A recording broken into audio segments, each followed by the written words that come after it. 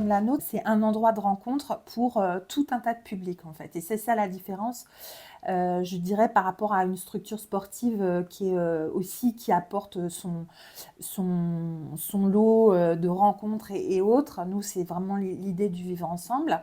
Tout âge, toute origine confondue en fait. Nous sommes tout simplement des outils euh, à disposition des habitants pour pouvoir développer leurs envies, leurs souhaits. Nous avons un centre social depuis un petit peu moins de 2 ans maintenant. On l'a ouvert suite à une réflexion qu'on a eue avec l'équipe des élus du pôle social, et en particulier une analyse des besoins sociaux qu'on a réalisée en tout début de mandat, où on s'est aperçu qu'effectivement on avait une frange de la population qui ne participait pas à la vie locale. Donc c'est ce qui nous a motivés pour constituer ce centre social. Donc on a fait déjà une étude de préfiguration, et la question a été effectivement posée de savoir quelle serait la structure qui prendrait en compte ce centre social. Il y avait 2 possibilités. Soit c'était effectivement la commune qui gérait le centre social, soit on proposait ça à des habitants et une association. Évidemment, le risque de faire ça avec des habitants, c'est de trouver des volontaires. Et quand on a fait un premier appel, on s'est aperçu assez rapidement, d'ailleurs même au niveau de la préfiguration, que beaucoup de gens étaient intéressés par ce projet. Donc ça voulait dire que ça correspondait bien à un besoin, à des besoins. Et donc aujourd'hui, on a la fierté d'avoir créé ce centre social qui s'appelle l'Escale et qui est géré entièrement par la population, avec évidemment une subvention de la commune.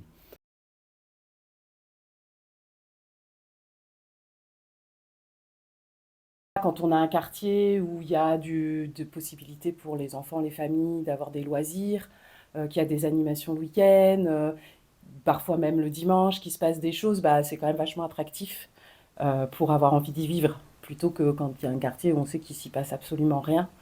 Bon bah voilà, ça donne moins envie. Le fait d'avoir un espace qui permet d'accueillir les personnes, pour nous, c'est un moyen assez privilégié de lutter contre l'isolement.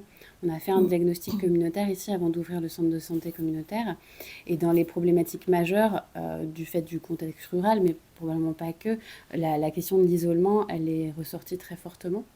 Donc voilà, le fait de travailler l'accueil, parce que c'est aussi une posture professionnelle, ça permet vraiment aux personnes de se relier et de trouver un moyen de rencontrer d'autres personnes, d'être mises en lien. Et en groupe dont Anne parlait, on voit aussi l'impact que ça peut avoir sur les conditions de vie des gens, en fait, finalement, à la fois en termes de lien social, de santé mentale, mais aussi là, sur les questions de mobilité, d'alimentation, des choses concrètes, en fait, sur le quotidien. C'est un lieu d'animation pour les habitants, mais surtout par les habitants.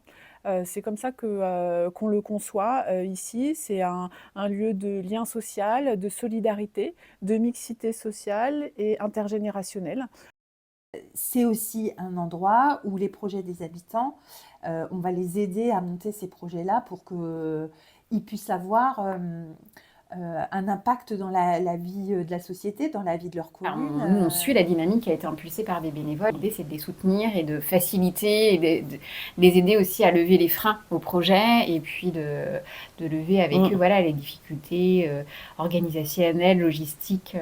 Pour moi, la cohésion, c'est très simple, c'est de pouvoir faire en sorte que plusieurs acteurs sur un territoire se mettent autour d'une table pour faire en sorte que les habitants de ce territoire s'y sentent bien.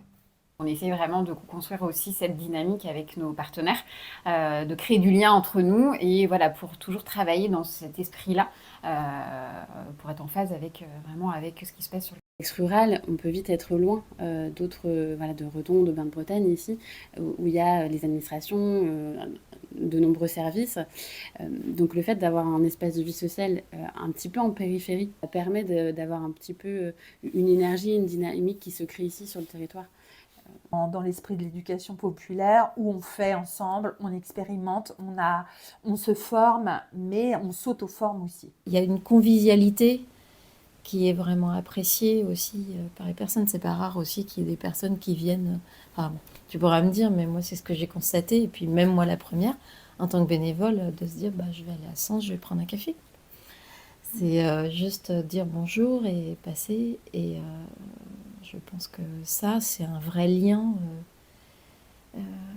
c'est vraiment important. C'est ce qui va faire la différence avec un service on va dire, classiques.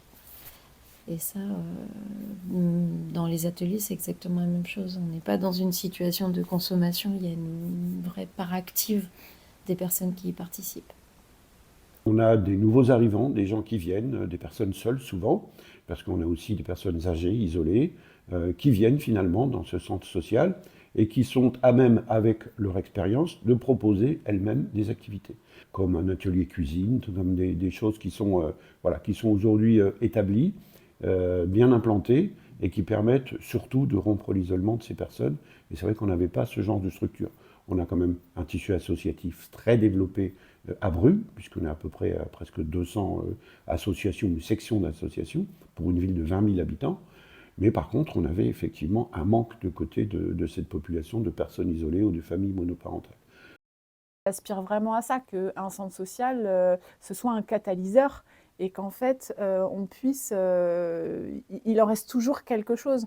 Nous, on est très jeunes encore pour voir ces fruits-là, mais l'enjeu, c'est qu'un groupe d'habitants qui prend une initiative, à terme, il n'ait plus besoin d'être porté par le centre social pour poursuivre cette initiative.